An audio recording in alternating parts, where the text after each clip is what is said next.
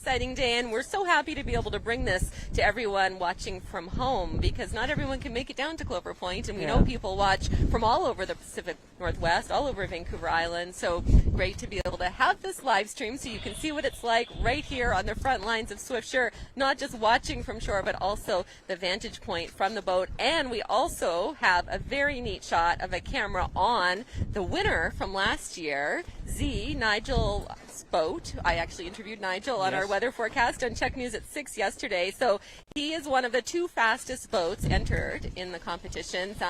He did tell me, though, on paper the other boat's faster, but he thinks he's going to crush them. Yeah, so some fighting words there. Yeah, no, that's quite a crew they have aboard there. We've got a couple of folks that have done America's Cup campaigns, VOC Round the World campaigns. They're a crew that is here to win a competition, so they're excited for this test. And you know, they were out practicing before the start. We watched them going to weather, and it's a very fast boat.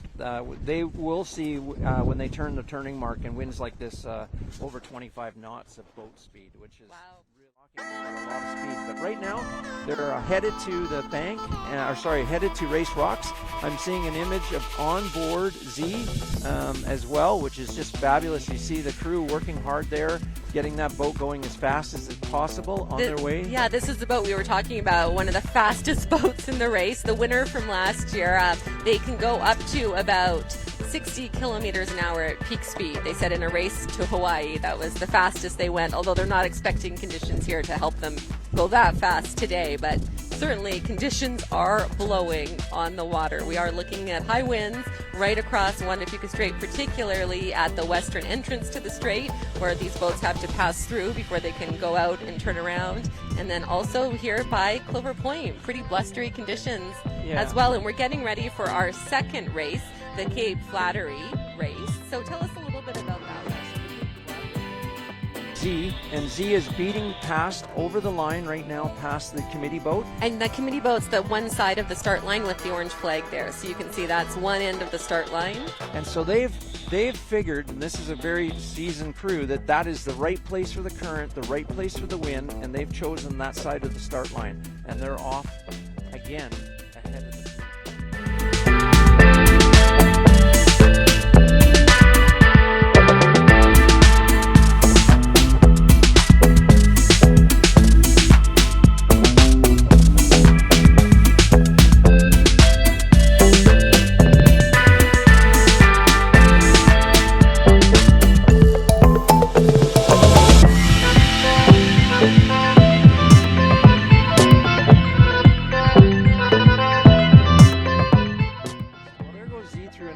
You can see that boat was ahead of Zvi, and it was again providing air that's compromised by the boat ahead of it. So they're making a tack to get clear of that vessel.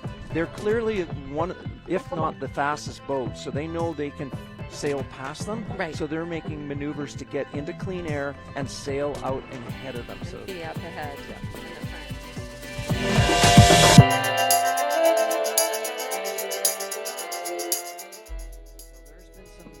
Certainly more maneuvering for them because of the general recall to get into clean air. So yeah, that's been a test for them, and I'm sure they're working hard to get their position back. Yes, yeah, they were having their planning meeting last night before I hopped aboard their boat to do our 6 o'clock weather from part of the boat yesterday. So interesting to sort of see the planning and the strategy and the training that goes into it as well. These are really experienced crews. Yeah, absolutely. As I said, I met a couple of the fellas, and you know, when you've done 2 America Cups, that's quite amazing to be able to be a professional sailor and get on an America's Cup.